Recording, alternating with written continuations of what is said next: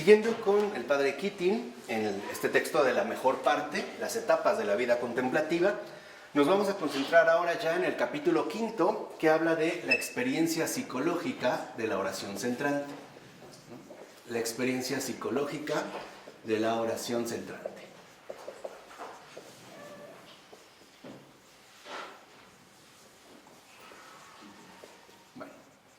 Esta experiencia psicológica tiene un rasgo muy importante, al menos dentro de la tradición cristiana, y que tiene que ver precisamente con lo que podríamos llamar a grandes rasgos el fluir de la conciencia, ¿no?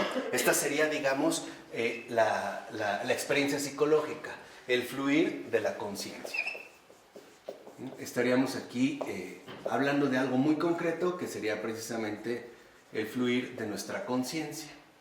Y nuestra conciencia, y esto vale la pena también destacar, no se reduce a lo que el psicologismo nos vino diciendo ya desde el siglo XIX, a una especie de lucidez psicológica, ¿no?, que se opondría precisamente a lo inconsciente, aquello que estaría más allá de nuestra lucidez. No, más bien en nuestra vida espiritual, el fluir de la conciencia involucra precisamente una percepción de cualquier tipo, ¿no? En el fluir de la conciencia se manifiestan multiplicidad de percepciones. Por ejemplo, pueden ser conceptos, recuerdos, planes de futuro, sentimientos, emociones, reflexiones, percepciones sensoriales, etc.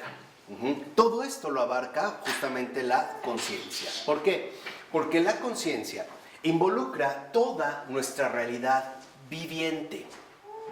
De tal manera que la conciencia está precisamente íntimamente vinculada a la memoria. ¿Y qué es la memoria?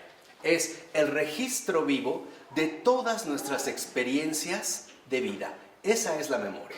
O sea, no es una especie de archivo psicológico donde tenemos los expedientes, ¿no?, de esas especies de fotografías mentales. No, la memoria, en pocas palabras, es todo aquello que hemos vivido en carne propia. Por ejemplo, vamos a suponer que de repente yo a la edad de 6 meses, ¿no?, siendo un bebé de 5 o 6 meses, me presentaron con mi papá y me le dijeron, mira, este es tu hijo. Y él dijo, no, yo no lo quiero. Y me tocó. Yo no me acuerdo, ¿no?, en términos mentales, pero lo viví. O sea, ese contacto en mí se volvió experiencia y por lo tanto forma parte de mi memoria. Ahora, como yo no tengo una imagen mental, porque no fue algo mental, sino algo vivo, entonces la manera en la cual yo tengo acceso a ello no es a través de una idea o un pensamiento, sino a través, por ejemplo, de una emoción o de una sensación. Pongamos por caso, una sensación de rechazo, ¿no?, o una sensación de desprecio, que no sería equivalente a un recuerdo enteramente mental. ¿Vamos? Esto es importante porque cuando hablamos de la experiencia psicológica tenemos que entenderlo en términos de este fluir de la conciencia, que es amplio y que, como vimos, abarca una multiplicidad de percepciones. Ahora, cuando nosotros comenzamos la oración, cuando realmente entramos en oración, lo que se pone, por así decirlo, en marcha prácticamente de inmediato es el fluir de la conciencia. Y por lo tanto, empiezan a brotar un montón de percepciones que traemos interiormente guardadas. Puede ser un recuerdo, ¿no?, de una infancia, o simple y sencillamente no es nada mental, pero sí emocional. Puede ser que de repente empieza como a salir en mí una especie de sensación profunda de soledad, o el anhelo profundo de realizar un plan a futuro, no una proyección o un deseo o algo así por el estilo. Y lo importante es que nosotros no caigamos precisamente en la inercia ordinaria del fluir de la conciencia. De hecho, la oración en cuanto tal es descansar del falso yo, que ya habíamos explicado qué es el falso yo, ¿no? Pero la oración nos lleva a descansar del falso yo. ¿Por qué? Porque en la oración permitimos, por así decirlo, que el falso yo brote sin que se convierta en algo necesariamente perjudicial para nosotros. De hecho, en gran medida, la oración es una dinámica compuesta de entregar y recibir. ¿Qué entrego? Pues todo aquello que me está afectando como persona, un recuerdo, una idea, una preocupación, etc. Por ejemplo, a lo mejor empiezo en oración y le empiezo a decir al Señor que estoy preocupado porque me acabo de hacer unos estudios médicos y resulta que probablemente tenga cáncer, una cosa por el estilo. Pero al hacerlo sinceramente lo que hago es entregar, no presumir. Vamos, esto es vital. O sea, en la oración no le vamos a presumir a Dios lo que traemos, se lo vamos a entregar. ¿Qué quiere decir? Que yo, por ejemplo, le presento esta preocupación, pero no solo se la presento, se la entrego. De tal forma que lo que ahora voy a recibir en esta dinámica es consuelo. En este caso, vamos a decirlo así, es paz. Así que, precisamente, lo que hace la oración es llevar a cabo lo que Jesús nos ha sugerido. Y es que dejemos fuera de nuestra conciencia todo lo que normalmente nos preocupa, ¿no? Nuestros modos habituales de pensar, las ideas, ¿no?, que vamos ahí arrastrando, las emociones que nos van perjudicando, las sensaciones, etcétera, etcétera, etcétera. O sea que en realidad dejemos a un lado todo ello, de tal manera que entonces podamos ingresar poco a poco en el silencio interior. Esto es el silencio interior.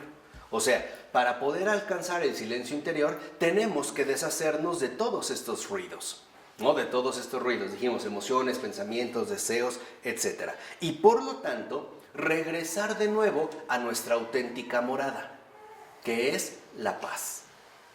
¿Vale? Entonces, el descansar del falso yo trae consigo justamente el volver de nuevo a la paz.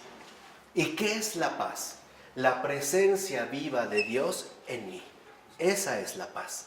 Es volver precisamente al origen.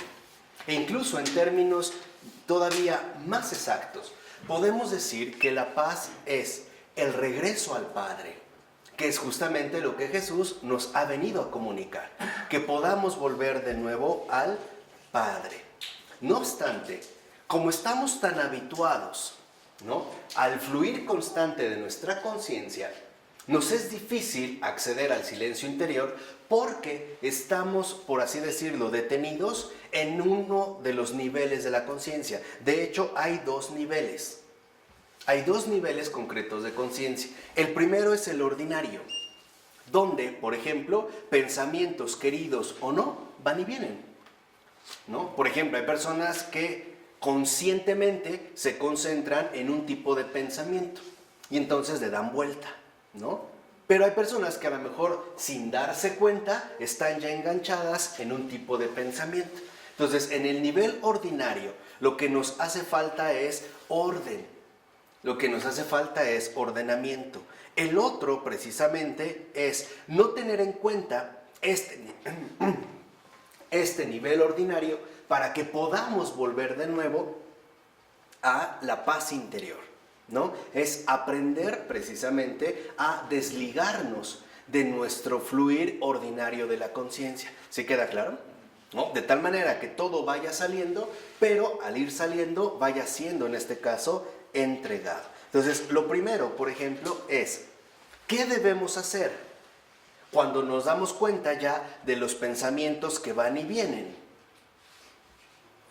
Por ejemplo, ya caigo en la cuenta de que me entró un pensamiento que me está llevando a la preocupación o a la angustia, que es uno de los desórdenes vitales en los que vivimos, ¿no? Acuérdense que la peor consecuencia que nos ha dejado el pecado, o sea, la herida verdaderamente más grave que nos dejó el pecado, es la sensación que a veces se convierte en convicción de que Dios no está con nosotros, de que Dios está lejos, de que no lo vemos, de que no lo siento, de que no lo experimento.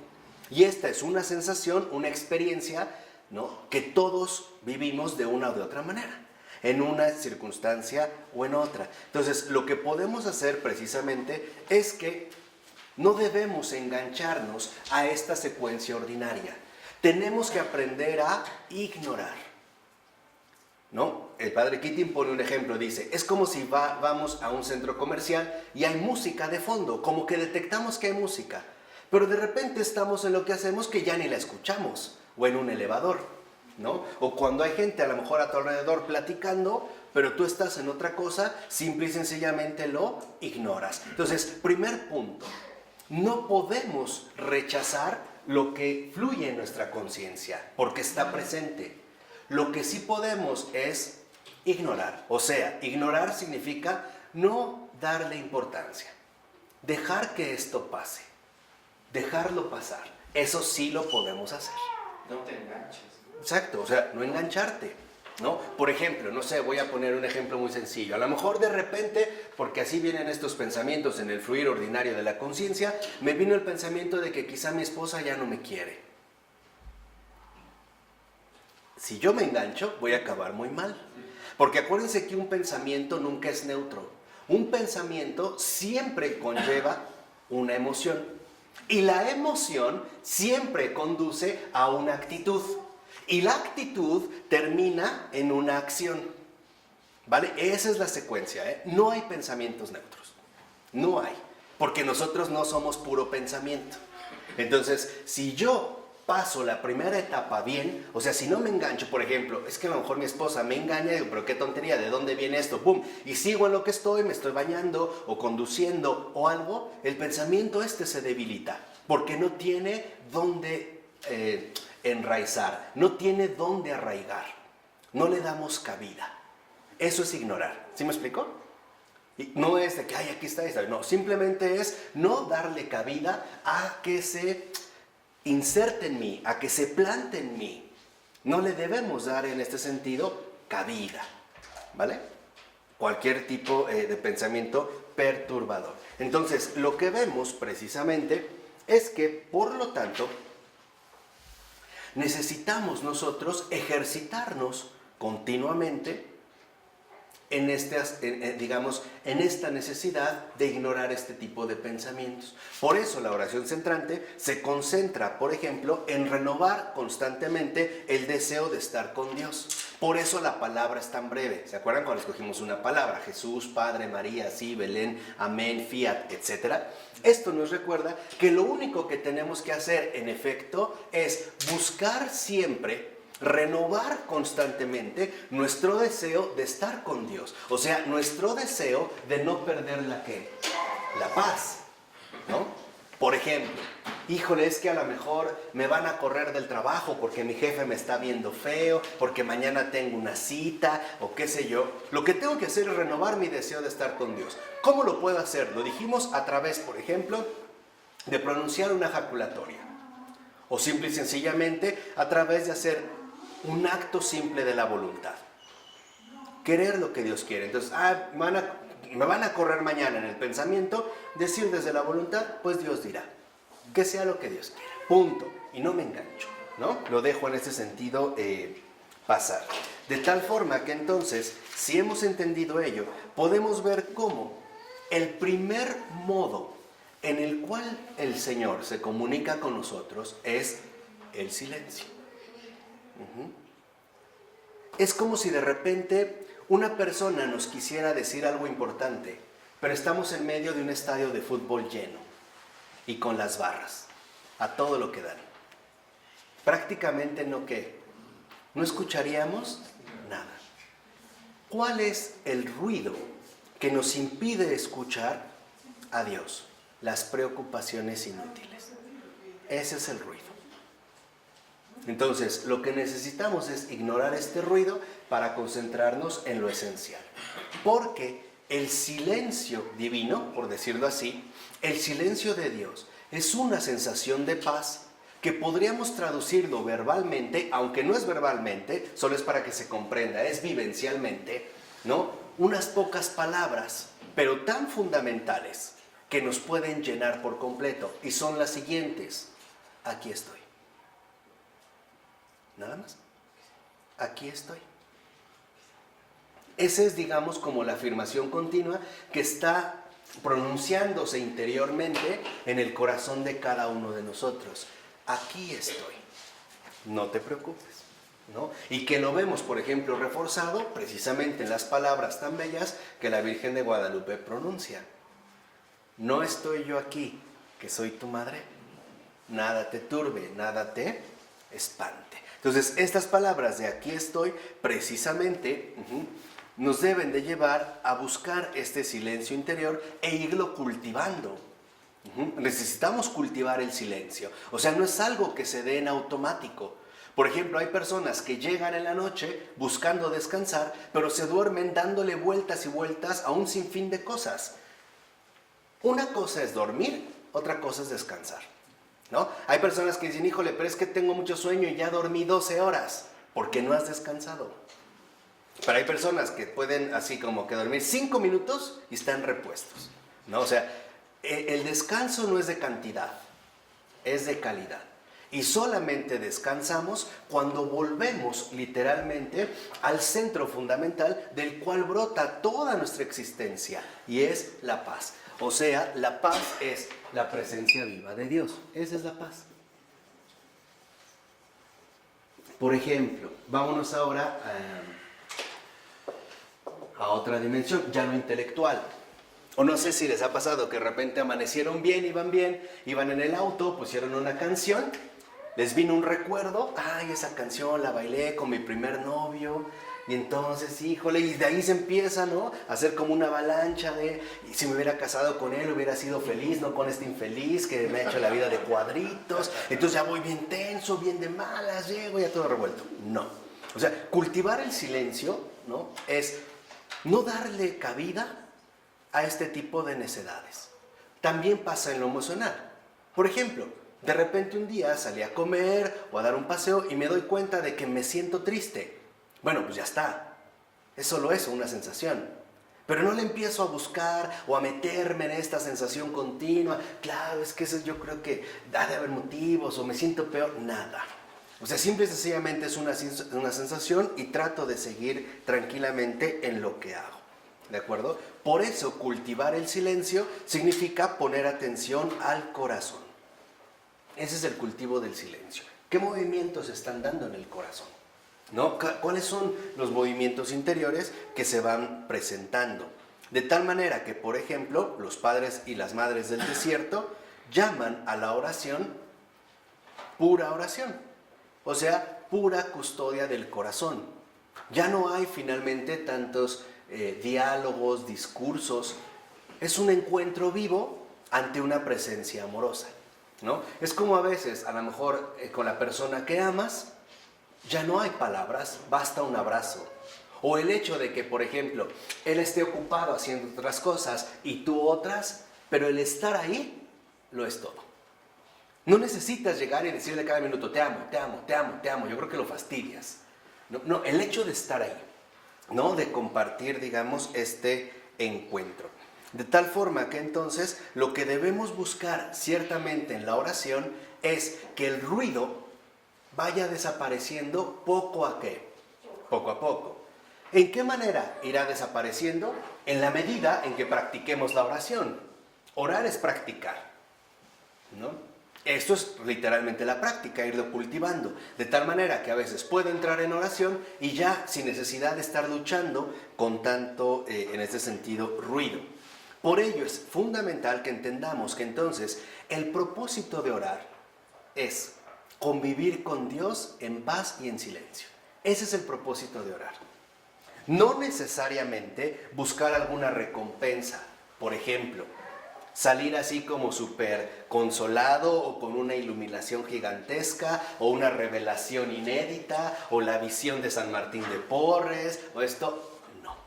Lo único que quiero, y por eso oramos, lo único que queremos al orar es estar con Dios, nada más. Estar por estar. Y tampoco, por ejemplo, lo podemos hacer por motivos egoístas, por muy devotos que parezcan. ¿Por qué? Porque como dice el padre Keating, el ego no es en absoluto devoto, aunque le guste pensar que sí lo es e intenta esconderse tras una serie de fachadas diversas. O sea, más allá, fíjense, más allá de las necesidades que yo puedo tener, lo fundamental es encontrar esta presencia que me sostiene, que me consuela y que me vivifica. Esto es lo fundamental. Este es, digamos, como el primer paso. De tal forma que a veces nosotros buscamos la oración porque el falso yo, que es increíblemente inteligente, mete, ¿no?, disimuladamente sus deseos mundanos. Por ejemplo, Lo hacemos por encontrar seguridad, afecto, estima, poder y control, como sustitutos de la espera de Dios en atención amante, ¿no? Por eso les decía, muchos se salen del catolicismo, se hacen protestantes porque encontraron una sensación enorme interior que los llena, o que supuestamente los llena, porque no han aprendido a cultivar el silencio interior. Lo hacen más por una afinidad emocional o una afinidad intelectual, pero no por estar en esta presencia silenciosa que todo finalmente lo llena, ¿no? Por eso dice, podremos cambiar de todo, Podremos cambiar de casa, de dirección, de peinado, de estado de vida, de ropa. Ahí el falso yo no nos va a decir nada. Pero en cuanto intentemos cambiarlo al falso yo, ahí sí nos va a declarar la guerra. Ahí sí nos encontraremos ante un verdadero conflicto. ¿Por qué? Porque el falso yo es justamente la raíz equivocada a partir de la cual hemos confeccionado nuestra vida. Por ejemplo, a través del falso yo aprendemos a reaccionar de una manera errónea. Ante una circunstancia, nuestra reacción puede ser de molestia, de ira, de tristeza, de preocupación, de desagrado, etcétera, etcétera, etcétera. Cuando no es literalmente lo que debería brotar desde la paz. En este caso, desde la presencia de Dios. Por ello dice, en este caso, ¿no? Dice Keating, si en nuestra conciencia ordinaria, por ejemplo, buscamos subir cada vez más en la escala social, en la vida espiritual también buscamos subir en la escala eclesiástica, ¿no? Queremos, como siempre, ser más, ¿no? Buscar más, y eso viene del ego. Eso es, digamos, un motivo escondido del ego. Por eso, en realidad, es el silencio lo que va destruyendo poco a poco esta mundanidad, que de hecho el Papa Francisco ha denunciado claramente, y sobre todo en su visita a México, ¿no? Cuando decía, no necesitamos nada de mundanidad, no la necesitamos para nada, ¿no? Dice, y él hablaba, no sé si se acuerdan, de 3 tentaciones de mundanidad: la riqueza, la vanidad y el orgullo. Esa es la mundanidad. ¿Qué es la riqueza? El buscar enriquecerse a costa de perjudicar a otros. Esa es riqueza. Esa es la mundanidad de la riqueza. Mientras yo obtenga beneficios, no me importa a costa de qué. La vanidad es la necesidad de rebajar al otro a mis propias dimensiones. ¿Cómo? A través precisamente de los malos comentarios o la degradación de la persona. Esa es mi vanidad, ¿no? Y el orgullo es suponer que nunca estaremos dispuestos a compartir la vida común de los mortales, ¿no? Que estaríamos como en otra cosa o en otra dimensión. Eso es mundanidad. Entonces, al ir cultivando el silencio interior, vamos purificándonos de esta mundanidad.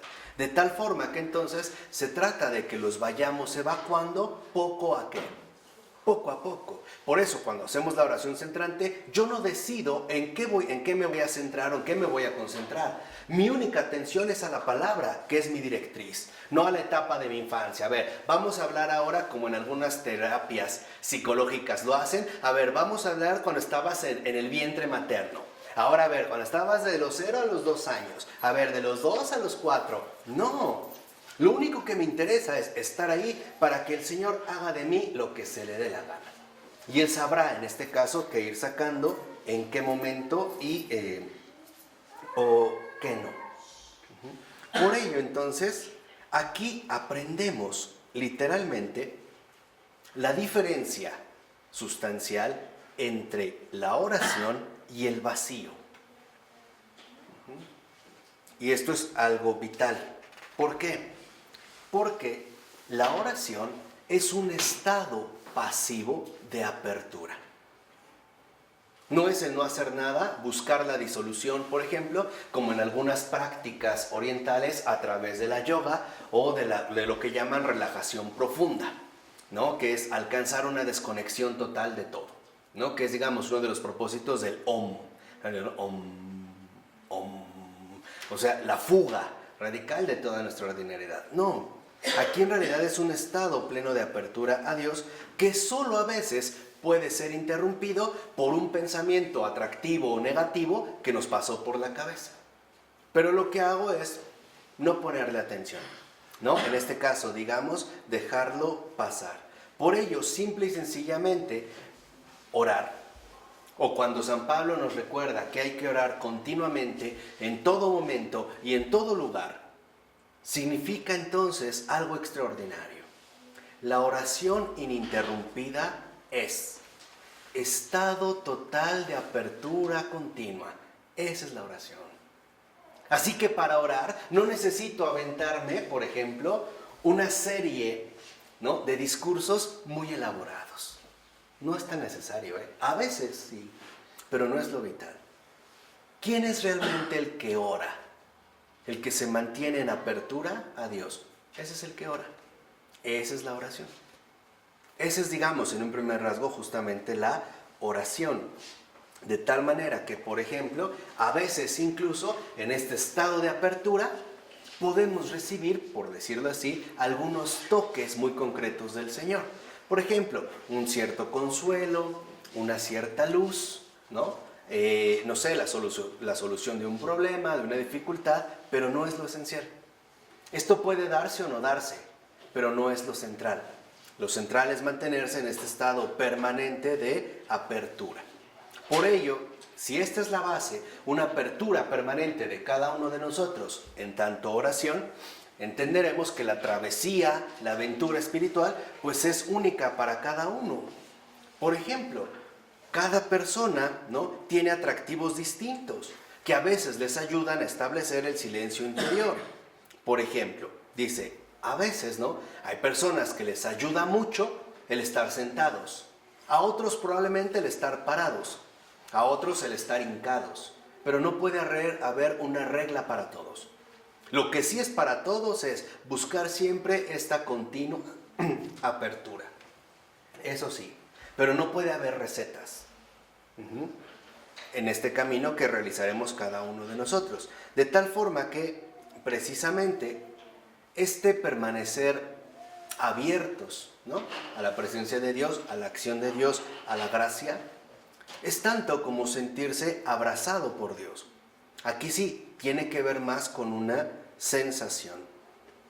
Pero tampoco es lo definitivo, porque no siempre voy a tener estas sensaciones, ya sea agradables o desagradables. No siempre van a ser permanentes, pueden pasar. Puede ser que en un momento de oración yo haya sentido la calidez cercana del Señor, pero también que haya sentido una especie de vacío profundo. ¿Qué es mejor? No lo sabemos. Pero algo es un hecho. Si lo vivimos es porque eso era lo mejor para nosotros. Al menos en ese momento. ¿Es definitivo? No. Es en este sentido transitorio. De tal forma que entonces lo más importante que podemos hacer en la oración es practicarla. Es como llevar a cabo, ¿no?, hacer acto de presencia. Exacto, ese es el punto. Hacer acto de presencia, ¿no? Hay personas que dicen, híjole, es que yo hice mi oración, pero no sentí nada, no pasó nada. Bueno, eso dices tú, pero tú no sabes lo que realmente ahí ocurrió. Lo que sí es que presente, ¿no? Me hice presente, ahí me coloqué en esta práctica. Entonces, lo fundamental es que necesitamos practicarla y no tanto hablar de ella, ¿no? O sea, la oración en ese sentido es práctica, es vivencia. Y es algo que, en último término, se irá alcanzando poco a poco. Por ejemplo, ¿cuánta oración en esta apertura realizó, no sé, San Charbel para alcanzar ese grado? ¿Cuánto cultivo del silencio interior? Al grado de que estuvo, ¿no?, como aislado, digamos, un tiempo de la gente y después, una vez preparado, volviendo, ¿no? Entonces, esto es vital, o sea, pues es una práctica.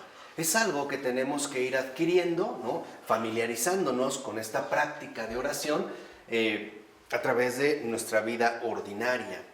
Incluso después, ahora sí, podremos ir creciendo también poco a poco interiormente. ¿no? A lo mejor el Señor en un primer momento nos va a purificar o a enderezar o a reorientar nuestro nivel emocional, si es que somos personas que vivimos más en base a las emociones.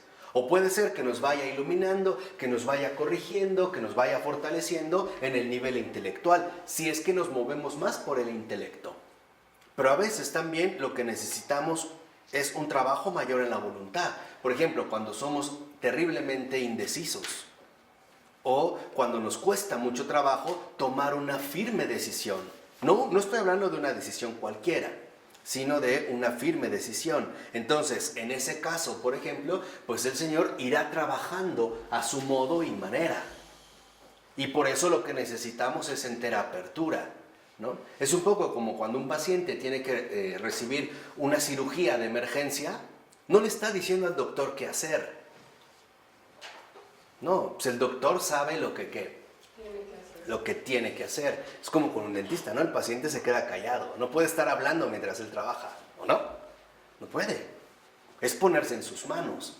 Esto es, digamos, algo muy importante. De tal forma que, en efecto, lo importante es seguir este camino. Acuérdense, estamos hablando de una fe, ¿no? De una vida de fe, que no necesariamente se ajusta a nuestras expectativas, gustos o preferencias, pero sí a nuestra fidelidad. ¿Y cómo me doy cuenta? Fíjense, ¿cómo me doy cuenta de que he avanzado en la vida espiritual? Cuanto menos pienso ya en mí mismo. Ese es un crecimiento. Cuando yo prácticamente he pasado a un segundo o un tercer término, o ya me veo, pero muy a la ¿qué? A la lejanía, ¿no? Que no es acaso lo que indicaba San Juan Bautista, es necesario que él crezca y que yo disminuya, que él venga a menos. Esto es lo fundamental. O sea, cuando literalmente, ¿no? Mi yo se ha reducido a tal grado que parece incluso, en este sentido, desaparecer. No hay un yo que se lo quiera apropiar. Y ahora todo está concentrado en aquel que me sostiene, en aquel que precisamente me ama, ¿vale? Ya no estamos a un nivel de reflexión, ya no estamos en este sentido a un nivel emocional. En ese punto, como dice Santa Teresa de Jesús, la mariposa empieza a salir del capullo. Ahora sí. Esto es también el inicio fundamental de la vida espiritual. Porque lo que siempre nos detiene o nos atora somos nosotros mismos, ¿no? Hay gente que empieza a orar y se empieza a cuestionar si la está haciendo bien, si no la está haciendo bien, ¿será que está fallando? ¿Será que no sé qué? Y entonces solita se salió. No, o sea, es esforzarme porque yo no sea el verdadero protagonista. Eso es como ocurre, y eso me parece una de las grandes ventajas espirituales del cine. Cuando uno realmente va al cine, se olvida de uno mismo. Toda la atención está en la ¿qué? En la pantalla. Otra cosa es lo que veamos. Esa es otra cosa. Hoy es difícil encontrar una buena película. Pero en realidad es un buen ejemplo. Porque cuando uno va al cine, te olvidas de todo. Es más, por eso hasta me gusta que apagan las luces. Todo está en la pantalla, ¿no? No te empiezas a fijar a ver si ahí tienes el pie correcto. A veces no ves ni dónde están las palomitas, nomás tanteas, ¿no? Te comes las de al lado, un refresco, lo que sea, ¿no? Pero te olvidas. Te olvidas de ti para concentrarte en la pantalla. Por eso el cine es un buen invento. Ojo, no lo que a veces se proyecta. Pero el cine es un buen proyecto. Un poco así es la oración. Es estarme ahí tranquilo, apagando todas las luces, sin estar chismo. A ver, ¿qué haría de una persona que la invitan al cine y está viendo a los demás, está viendo a sí mismo, a ver, estoy bien sentado, no estoy bien sentado, híjole, esta palomita está viendo al de allá, al de acá, al de acá? ¿Qué le diríamos? Que te salga. Exactamente. Aquí Dios no nos dice, salte, nosotros solitos nos salimos. Él no nos dijo, la taquilla siempre está abierta, ¿no? La sala está abierta y super VIP. ¿No? Siempre, cada vez que oramos, siempre tenemos el lugar de honor. Y Dios nos pone toda la atención. Entonces, al salir esto, significa que en efecto, tenemos que ir trabajando un poco en hacer este capullo, ¿no? O sea, a través de la práctica. hasta que llegue el momento en el que salgamos de ahí. O, como lo explica muy bien el padre Keating, o sea, cuando aprendemos a que no debemos arrastrarnos por la vida, sino volar. Volar. Ser libre, en pocas palabras, de uno mismo. Por ello, la oración, en particular la oración centrante, es una respuesta a la increíble invitación de Dios. Fíjense lo que dijo en Juan 14, versículo 23. Si alguno me ama, guardará mi palabra, y el Padre le amará, y vendremos a él y moraremos en él. O lo que dijo en Apocalipsis 3, versículo 20. Estoy a la puerta y llamo.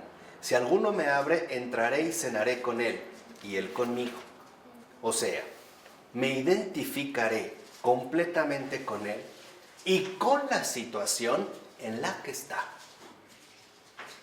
¿Qué quiere decir? Que entonces todo lo nuestro, Jesús lo hace ¿qué? Suyo, no al revés. A ver, entre paréntesis.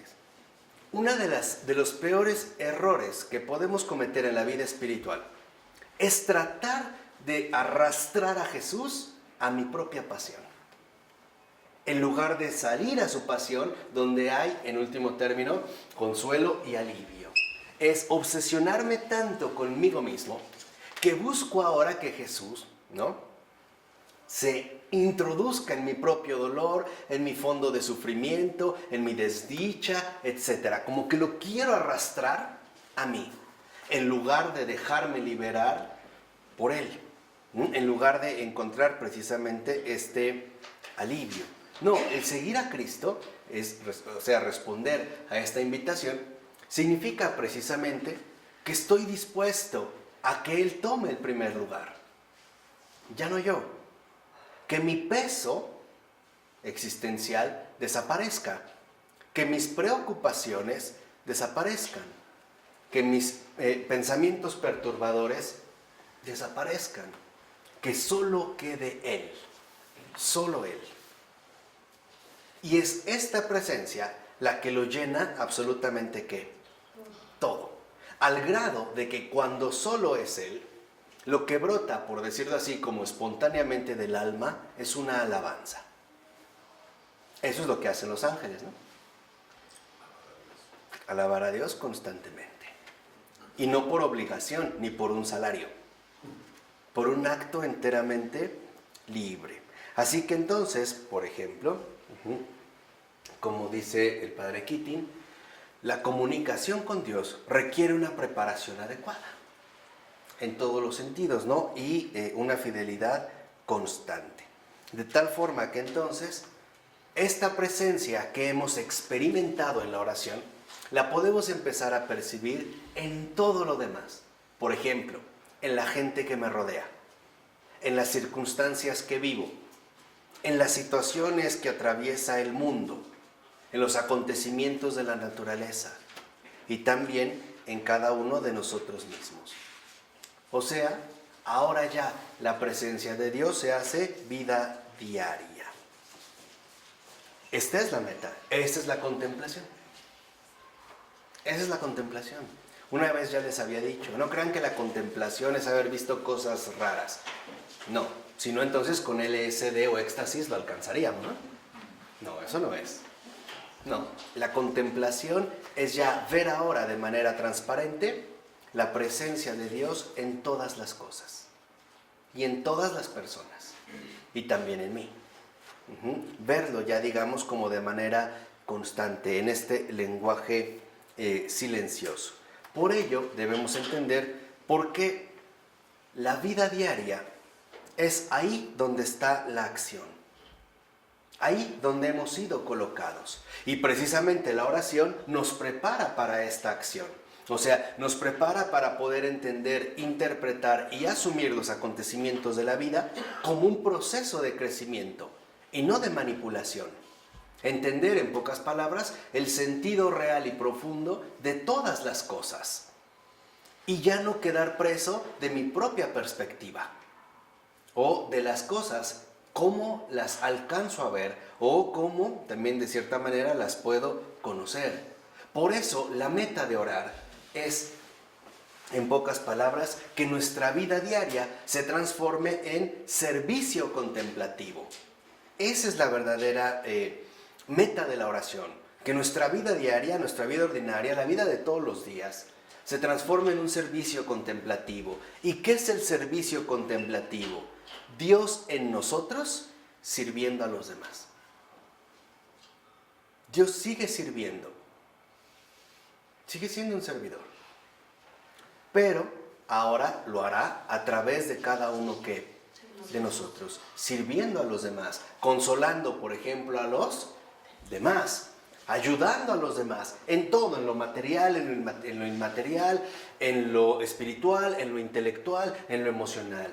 Dios jamás se cansa de servir, jamás. Es más, le encanta servir, le encanta servir. Esto es el servicio contemplativo. Dios en nosotros sirviendo a los demás. Pero para ello necesitamos no estorbarle. Necesitamos, en pocas palabras, dejarle hacer su obra. Y esto es vivir bajo la influencia del Espíritu. Esta es realmente la vivencia del Espíritu. ¿Y qué rasgos presenta esta vivencia del Espíritu? 2. Ternura y bondad. Son, digamos, como el sello concreto de esta influencia del Espíritu. Así que entonces, no pongamos tanta atención a la experiencia psicológica de nuestra oración. Es un preparativo. Es una purificación necesaria para poder alcanzar el servicio contemplativo. Vuelvo a repetir. Dios en nosotros, sirviendo a los demás, sirviéndoles, tocándoles, alcanzándoles en aquello que el Señor quiere. Por ejemplo, tratando, ¿no?, de manifestarse en aquello que en su corazón representa un grito de júbilo. Dios es alegría.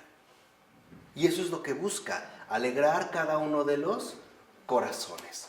En aquello que Él conoce, que permanece, ¿no?, muy interiormente en cada uno de nosotros. Por ello, esto es lo que añade, en pocas palabras, una cuarta dimensión a nuestro mundo tridimensional. ¿Cuál es esta cuarta dimensión? ¿O en qué consiste esta cuarta dimensión? En el servicio contemplativo. O sea, el hecho de que ahora Dios pasa a formar parte de toda nuestra realidad. Y nosotros, precisamente, ya no le estorbamos. Vemos la acción de Dios en nosotros y a nuestro alrededor. Y por lo tanto, nos vamos haciendo cada vez más semejantes a Él. Que es justamente lo que los padres de la Iglesia tanto han defendido. Hemos sido a imagen y semejanza. La imagen no la perdimos, pero sí la semejanza. Y esto es lo que hay que recuperar. De tal manera que esta cuarta dimensión significa, en pocas palabras, hacernos cada vez más semejantes a Dios. O sea, puro amor incondicional. O sea, don total de sí mismo. Donación total. Donación absoluta. Sin miedos, sin límites, sin pretextos. ¿De acuerdo? Pues a practicar la oración. Dedicar un momento de tu día, que tú puedas, 5, 10, 15 minutos, no más, en el cual simplemente te persignas y te vas a concentrar en una palabra, por ejemplo, Jesús. Y te vas a centrar en esa palabra. De tal manera que el hecho de centrarte en esta palabra te permite ir saliendo poco a poco de tu conciencia ordinaria para no distraerte con todo lo que traes. Dejar que Dios vaya obrando, que vayan saliendo en tu memoria recuerdos, experiencias, bla, bla, bla, hasta ir alcanzando esa paz poco a poco. Eso es orar. Ya después puedes hablar, pero esa es la oración. Un acto de apertura. ¿De acuerdo? Ojalá. En nombre del Padre, del Hijo y del Espíritu Santo.